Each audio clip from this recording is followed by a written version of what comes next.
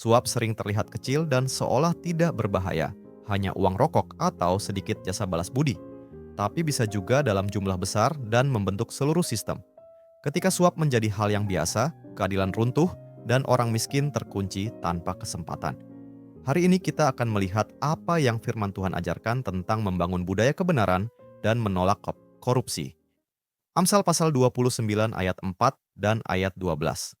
Dengan keadilan seorang raja menegakkan negerinya, tetapi orang yang memungut banyak pajak meruntuhkannya.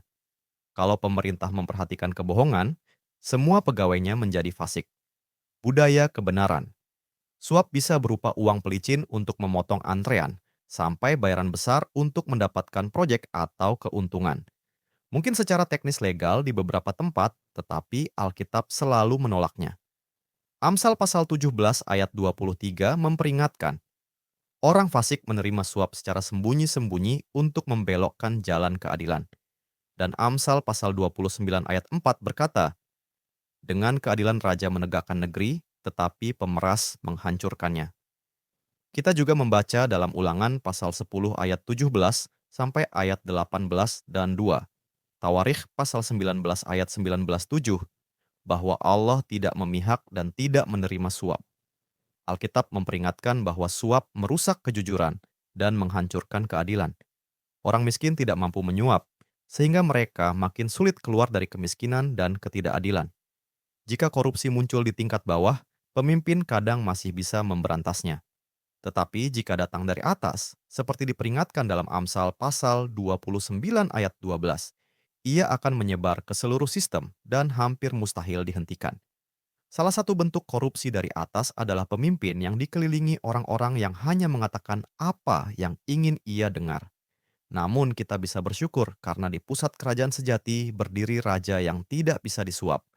Yesus sendiri menghadapi 3 godaan besar.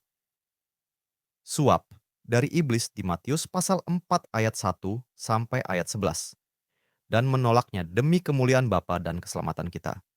Kita pun dipanggil untuk menolak suap demi dia. Mari kita berhenti bentar dan mikir. Di mana kamu pernah melihat praktik suap terjadi? Pernahkah kamu sendiri ditekan untuk menerima atau memberi suap? Bagaimana responsmu? Mari kita berdoa bersama.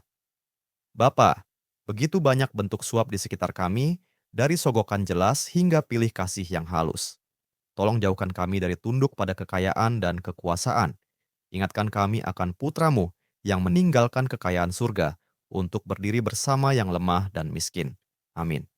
Terima kasih telah bergabung dalam pembelajaran Alkitab hari ini.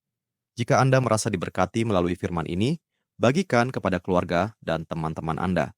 Jangan lupa untuk like video ini, tinggalkan komentar, dan subscribe channel kami agar kita dapat terus belajar dan bertumbuh bersama dalam firman Tuhan. Tuhan Yesus memberkati.